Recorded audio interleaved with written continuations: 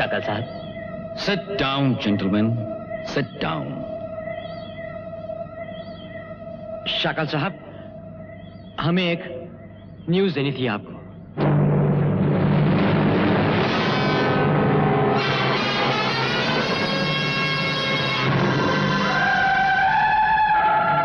मैं जानता हूं। बैठो।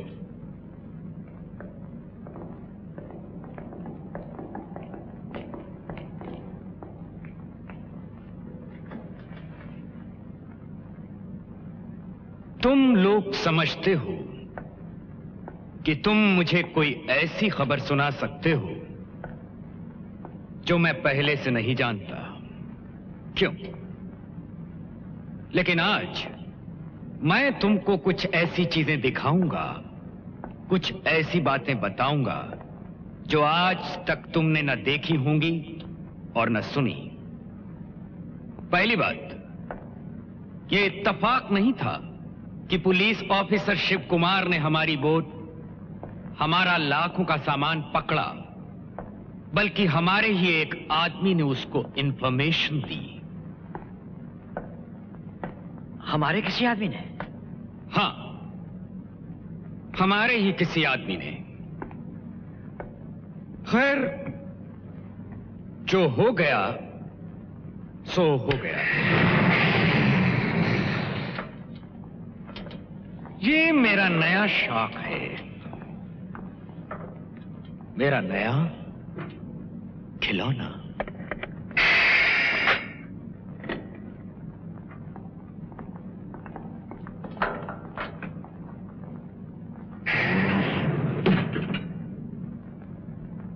नहीं समझे? समझ जाओगे।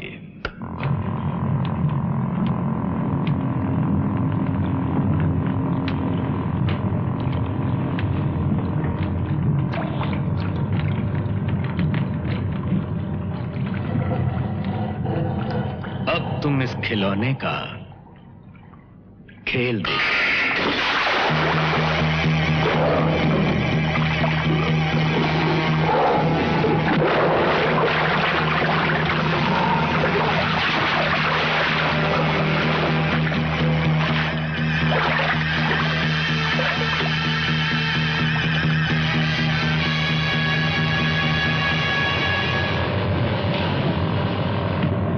अजीब जानवर है, कितना भी खाए भूखा ही रहता है।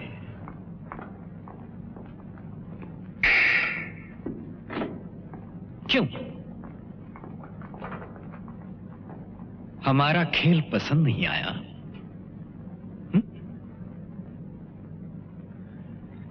खैर, हम उस आदमी के बारे में बात कर रहे थे जिसने हमारे सामान के बारे में पुलिस को इंफॉर्मेशन दी।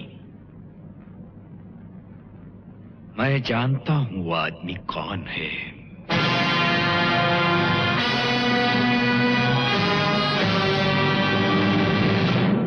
आप जानते हैं? बहुत अच्छी तरह। वो आदमी तुम में से एक है। क्या? हां, तुम में से एक।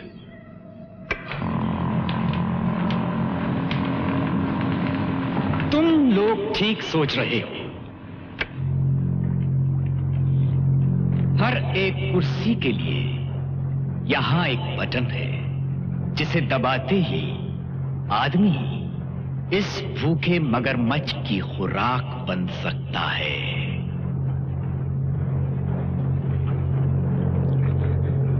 लेकिन शाका साहब, वो हम में से कौन है? हो सकता है तुम हो, तुम भी हो सकते हो। नहीं, या तुम या तुम।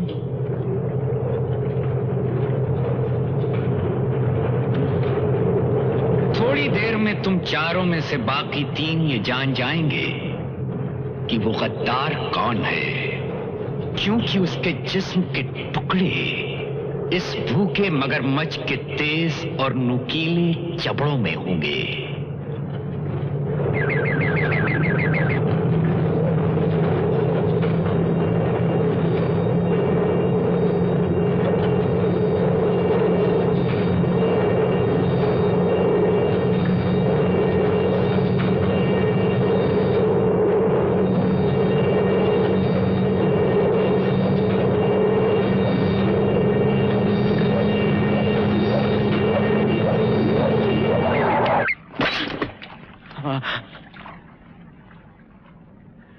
नहीं शक्ल साहब, नहीं, मुझे माफ कर दीजिए, मैं ऐसा कभी नहीं करूंगा।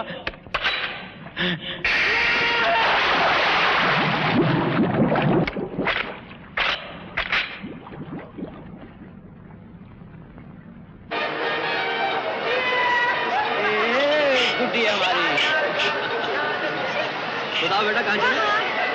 वहाँ चैनफील्ड पे।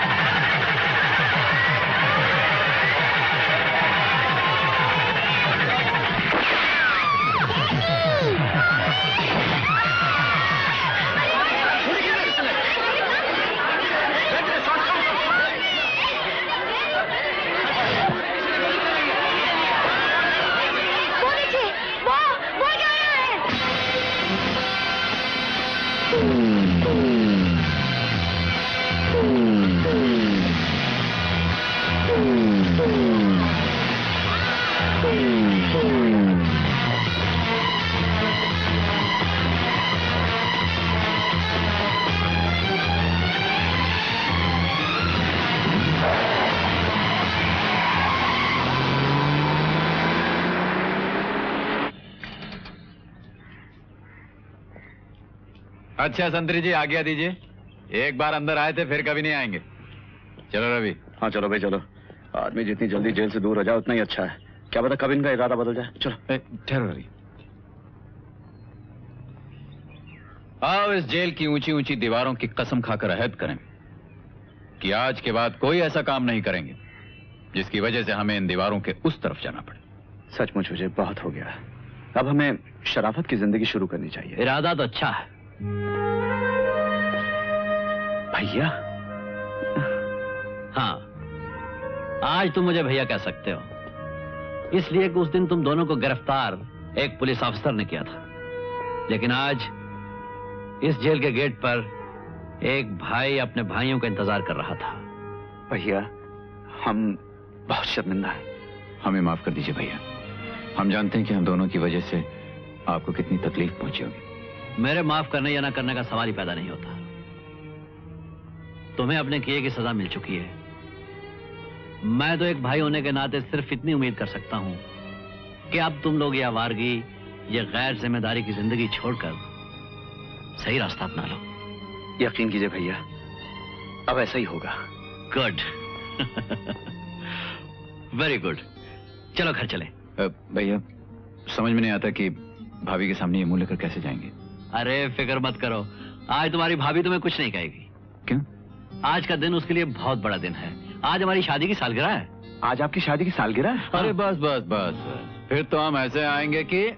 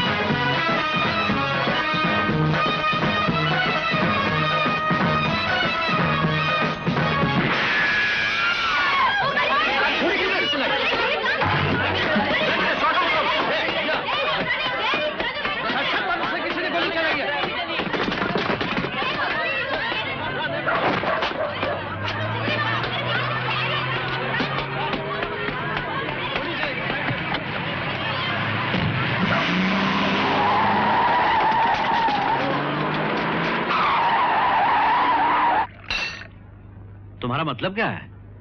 उन स्मगलर्स के पास जाकर माफी मांगूं या अपनी जान बचाने के लिए बुजदिलों की तरह ये नौकरी छोड़ दूं?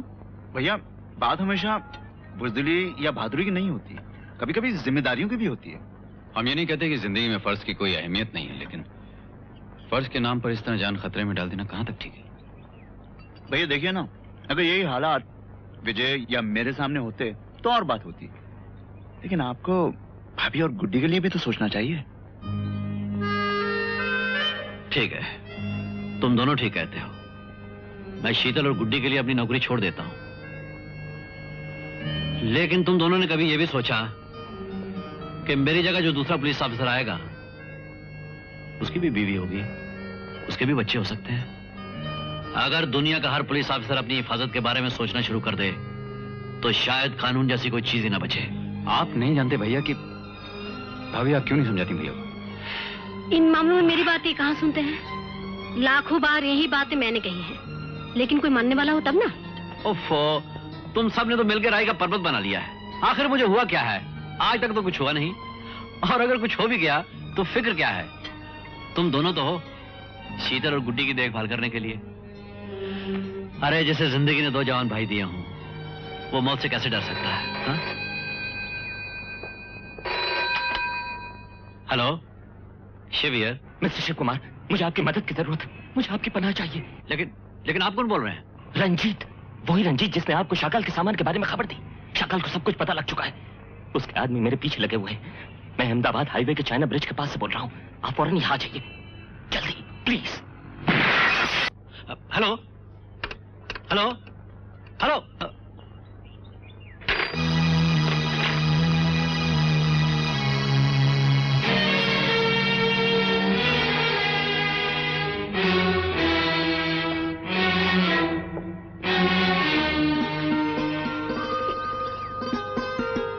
अरे कहाँ चले गए? पता नहीं, कोई फोन आया और अचानक चले गए।